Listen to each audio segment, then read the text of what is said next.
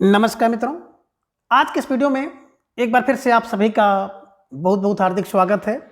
हम आशा करते हैं कि आप सभी स्वस्थ होंगे, मस्त होंगे और पूरी तरह से अपनी तैयारी में व्यस्त होंगे। तो मित्रों, आज के इस वीडियो में हम हिंदी साहित्य इतिहास के अंतर्गत एक बहुत महत्वपूर्ण टॉपिक है रचनाकार के उपनाम एवं उपाधियों। तो रचनाकार के उपनाम एवं उपाधियों से संबंधित इन दिनों देखा जाए तो सभी प्रकार की परीक्षाओं में प्रश्न पूछे जा रहे हैं। तो आज के इस वीडियो में हम लोग रचनाकार के उपनाम उपाधियों से संबंधित सभी महत्वपूर्ण और संभावित प्रश्नों को व्याख्यात्मक तरीके से हल करेंगे और इसके साथ इन्हें ट्रिक की सहायता से याद करने का भी प्रयास करेंगे। तो हम आशा करते हैं कि वीडियो आप सबके लिए बहुत ही महत्वपूर्ण होने वाला है, इसलिए इस वीडियो को आप लोग अंत तक जरूर देखें। चैनल पर नए हैं तो चैनल को सब्सक्राइब कर लें और इसके साथ ही अगर आपको थोड़ा सा भी उचित लगे तो इस वीडियो को अपने जो परिचित लोग हैं उनके पास भी शेयर करें। तो जैसा कि स्क्रीन पर आप देख पा रहे हैं, रचनाकार के उपनाम एवं उपाधियां से संबंधित प्रश्नोत्तरी। और आज की इस प्रश्नोत्तरी का पहला प्रश्न है कि निम्न में कौन सी उपाधि विद्यापति की है। तो आपको जवाब देना है कि कौन सी उपाधि विद्यापति की है। विकल्प कह रहे कवि शेखर और 10 अवधान है, या फिर विकल्प बी कवि कंठहार या पंचानन इनको उपाधि दी गई है। विकल्प सी कह रहे हैं कि अभिनव जयदेव और मैथिल कोकिल कहा जाता है, या फिर विकल्प डी है उपयुक्त सभी। तो धीरे धीरे ढेर सारे भाई बहनों का जवाब आ गया कि सर विकल्प डी को लॉक किया जाए। तो विकल्प डी उपयुक्त सभी इज राइट आंसर, बिल्कुल सही जवाब, बेहद सुंदर तैयारी है ना। बात करें विद्यापति की तो देखिए भैया, जो विद्या का पति होगा ना, परिचित तो कवियों में शेखर होगा क्योंकि उसके पास विद्या है। दूसरी चीज 10 अवधान होगा, 10वां अवधान आ जाए तो विद्या का पति उसको हटा देगा, टाल देगा। कवि का कंठहार होता है, अगर विद्या है तो कवि में कंठहार होगा, और विद्या है ना तो उसके पास पंचानन हो जाएगा। एक आनंद, दो आनंद, तीन आनंद नहीं बल्कि पंचानन, है ना, ये ध्यान में रखिएगा। और अभिनव जयदेव, उसकी अभिनव होगी, उसका जयदेव होगा। और मैथिल का कोकिल, विद्या का पति जो है वही मैथिल का कोकिल है। तो ऐसे कुछ क्लू बना करके इसको दिमाग में बैठा लीजिएगा, ठीक है। चलिए, प्रश्न संख्या 2 है कि अपभ्रंश का वाल्मीकि तथा व्यास किसे कहा जाता है। विकल्प ए पुष्पदंत को, विकल्प बी शंभु को, विकल्प सी धनपाल, या फिर विकल्प डी है नंददास। तो आपको जवाब देना प्रश्न संख्या 2 कि अपभ्रंश का वाल्मीकि तथा व्यास किसे कहा जाता है। और धीरे धीरे ढेर सारे भाई बहनों का जवाब आ गया कि सर विकल्प बी को लॉक किया जाए। तो विकल्प B Shambhu is right answer, बिल्कुल सही जवाब, बेहद सुंदर तैयारी।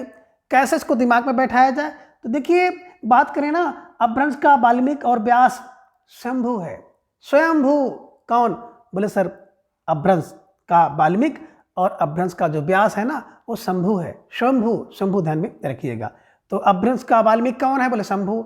अपभ्रंश का व्यास कौन है, तो शंभु है। तो अपभ्रंश का वाल्मीकि और व्यास शंभु है, ध्यान में रखिएगा, स्टार लगाकर इसे अपनी नोटबुक में दर्ज कर लीजिए। प्रश्न संख्या 3 है कि कविरत्न एवं ब्रज कोकिल की उपाधि किसे प्रदान की गई है।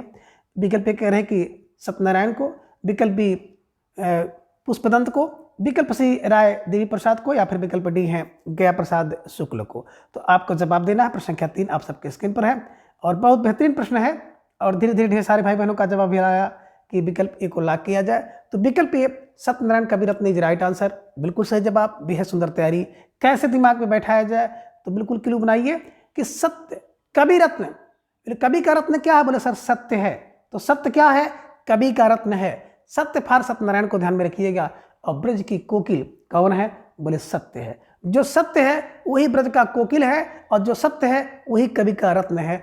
तो सत्य फार सत्यनारायण को ध्यान में रखिएगा, ये सत्यनारायण कवि रत्न है और ब्रज कोकिल सत्यनारायण है। तो ऐसे कुछ क्लू बनाकर ध्यान में रख लीजिएगा कि ब्रज कोकिल कौन, बोले जो सत्य है सत्य फार सत्यनारायण।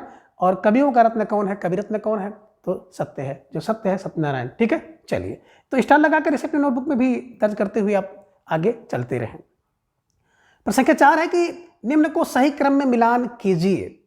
अब आप कथन ये में देख रहे हैं गिरधर शर्मा और सामने कविरत्न, सत्यनारायण सामने जो है नवरत्न है, और विकल्प सी में आप देख पा रहे हैं कि जयशंकर प्रसाद और इनके सामने प्रेमी और हरिकृष्ण कलाधर। तो इसको आपको मिलान करना है। जब मिलान करेंगे तो आप बिल्कुल थोड़ा सा विचार करके सोच समझ कर फिर इसका मिलान करिए। और धीरे धीरे ढेर सारे भाई बहनों का जवाब भी आना शुरू हो गया कि सर विकल्प ए को लॉक किया जाए। तो बिल्कुल सही जवाब, बेहद सुंदर तैयारी। देखिए गिरधर शर्मा, बिल्कुल गिरधर, गिर को जो धारण करते हैं ना वो नवरत्न है। तो नवरत्न एक का 2 हो गया। और सत्य ही कवि का रत्न है, सत्यनारायण कवि रत्न, बिल्कुल। तो बी का ए 1। और जयशंकर प्रसाद कलाधार, कला को धारण करते हैं प्रसाद। तो शंकर जी कला धारण करते हैं ना, चंद्रकला, ध्यान में रखिएगा। तो कलाधर कौन, जयशंकर, ध्यान में रखिएगा। और हरि कृष्ण के तो भैया प्रेमी हैं, हरि कृष्ण के प्रेमी हैं, प्रेमी फॉर विकल्प डी का 3। तो कहने का आशा है कि जिन भाई बहनों का जवाब विकल्प ये था बिल्कुल सही जवाब, बेहद सुंदर तैयारी। कैसे इनको बैठाया जाए, तो देखिए गिरधर शर्मा है ना, क्या है, नवरत्न है, गिरधर नवरत्न, गिर में है, आप ये भी कह सकते हैं गिरधर, गिर धारण करता है नवरत्न, तो गिरधर में जाएंगे, गिरी धारण करता है नवरत्न, यानी गिरधर शर्मा नवरत्न। और कवि रत्न क्या है, तो सत्य है, कवि का रत्न सत्य है, सत्यनारायण। और जयशंकर प्रसाद, शंकर कला धारण करते हैं तो कलाधर हैं। और हरि कृष्ण से प्रेम, प्रेम करो प्रेमी, है ना। ऐसे कुछ क्लू बनाकर इसे दिमाग में बैठाने का प्रयास करिएगा, ठीक है। चलिए प्रश्न संख्या 5 है कि हिंदी का भवभूत किसे कहा जाता है, तो विकल्प ये शंभू को, विकल्प बी पुष्पदंत को, विकल्प सी धनपाल को, या फिर विकल्प डी है हेमचंद सूरी को। तो आपको जवाब देना है। प्रश्न संख्या 5 आप सबके स्क्रीन पर है और वेरी वेरी मोस्ट इंपॉर्टेंट प्रश्न है। तो आपकी परीक्षा में पूछा जा सकता है कि हिंदी का भवभूत किसे कहा जाता है, और ढेर सारे भाई बहनों का जवाब आया कि बी को लॉक किया जाए, तो विकल्प B Pushpadant is right answer, बिल्कुल सही जवाब, बेहद सुंदर तैयारी। अब कैसे इसको दिमाग में बैठाया जाए, तो भवभूत फार भूत कर लीजिए। अब भूत का देखे होंगे दंत बड़ा बड़ा होता है, तो ध्यान में रख लीजिएगा कि दंत, दंत जहाँ पे देखिए पुष्पदंत भवभूत, ध्यान में रख लीजिएगा, ठीक है ना। और आप ये भी कह सकते हैं कि भवभूत को देख जाओ तो उनके ऊपर पुष्प चढ़ा दो, है ना। जैसे भी आपका दिमाग में बैठे उसको बैठाने का प्रयास करिएगा। और किसी भी ट्रिक का उद्देश्य किसी की भावना को ठेस पहुंचाना नहीं है, ना ही किसी राजनीतिक गतिविधि से कुछ लेन देन है, बस आपके समझ में कैसे बैठ जाए एकमात्र यही प्रयास है।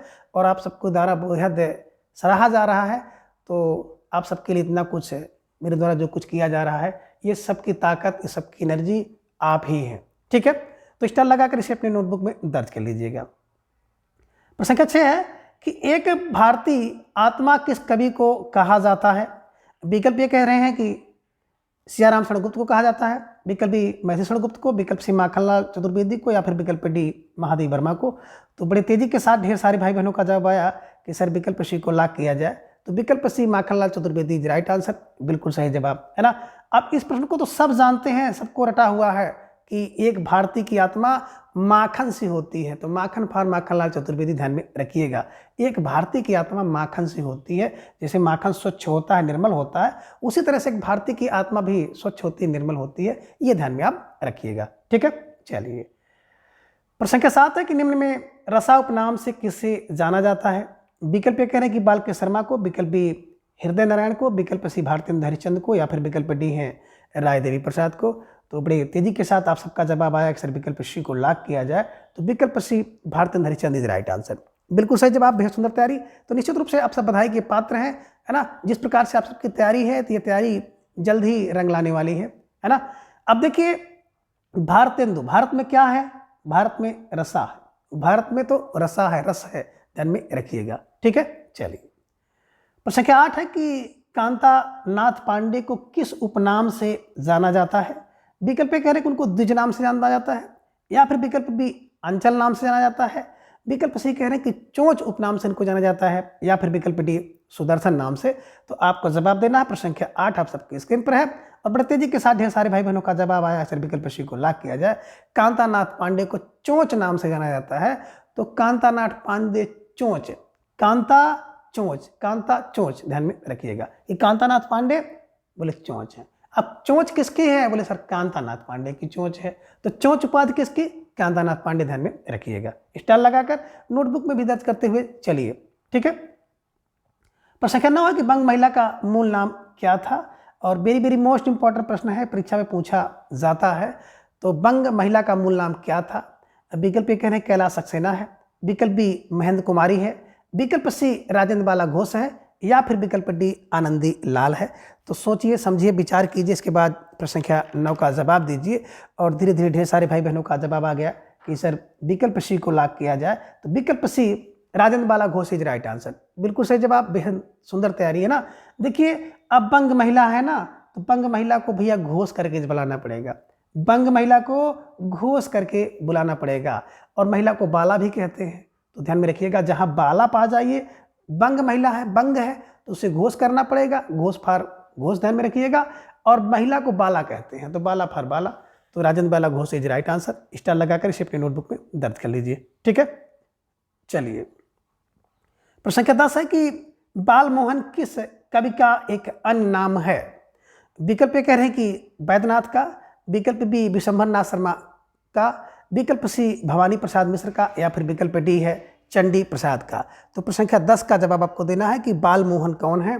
और धीरे धीरे ढेर सारे भाई बहनों का जवाब भी आ गया। सर विकल्प सी को लॉक किया जाए तो Bhavani Prasad Mishra is right answer. बिल्कुल सही जवाब, बेहद सुंदर तैयारी। अब देखिए बाल मोहन, बाल को मोहन क्या है, बोले सर भवानी का प्रसाद।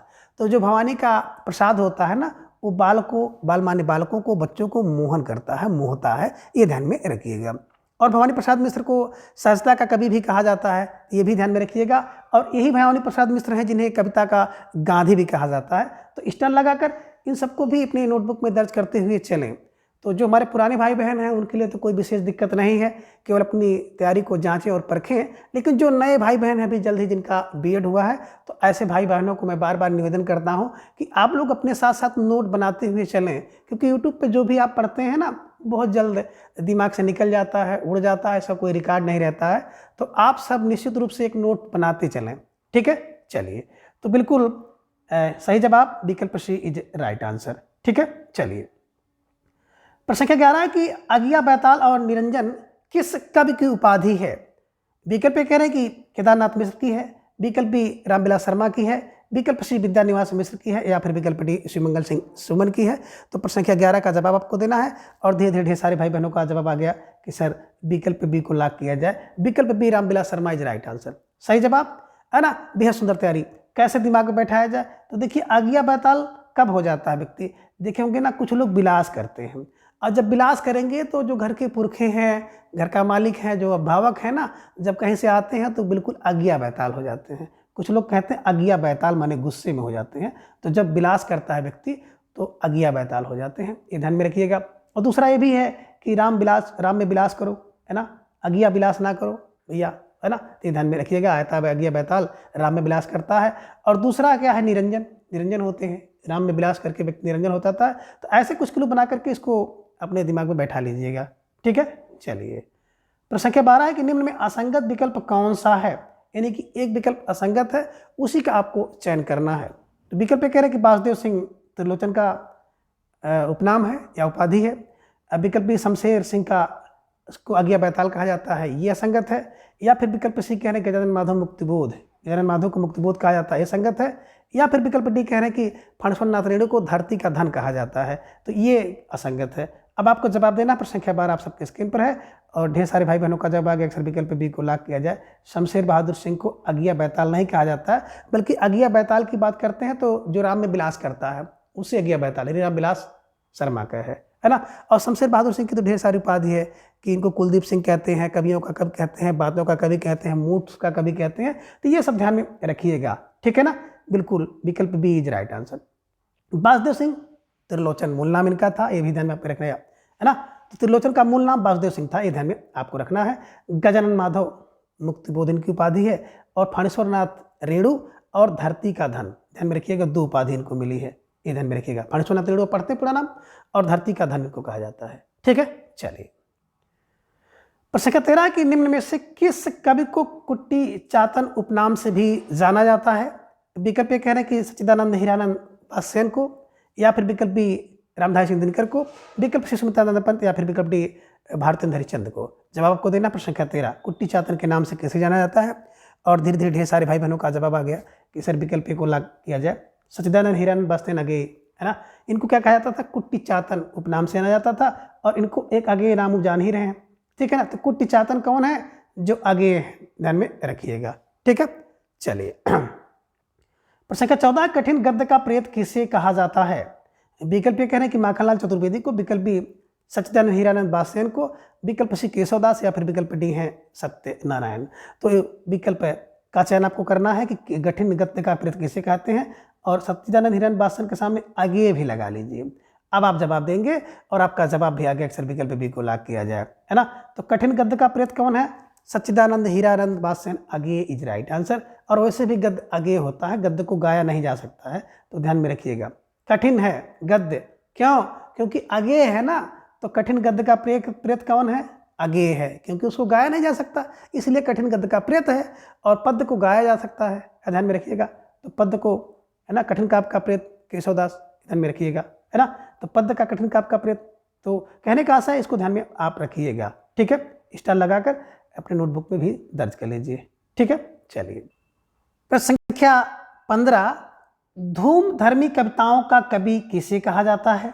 विकल्प ए श्री राम शर्मा को, विकल्प बी रामचंद्र शुक्ल को, विकल्प सी कुमार विमल को, या फिर विकल्प डी गिरजा कुमार माथुर को। तो धीरे धीरे ढेर सारे भाई बहनों का जवाब आ गया कि धूम धर्मी कौन होता है? जो विमल होता है। विमल फार कुमार विमल को ध्यान में रखिएगा, है ना। बिल्कुल सही जवाब, बेहद सुंदर तैयारी। और आप ये दिमाग में बैठा लीजिए कि जब धूम धर्मी होता है ना, जहाँ पे धूम होगा, धर्मी होगा, धूम धड़ाका होगा, तो वहाँ पे कुछ लोग विकल हो जाते हैं, तो विकल कर लीजिएगा।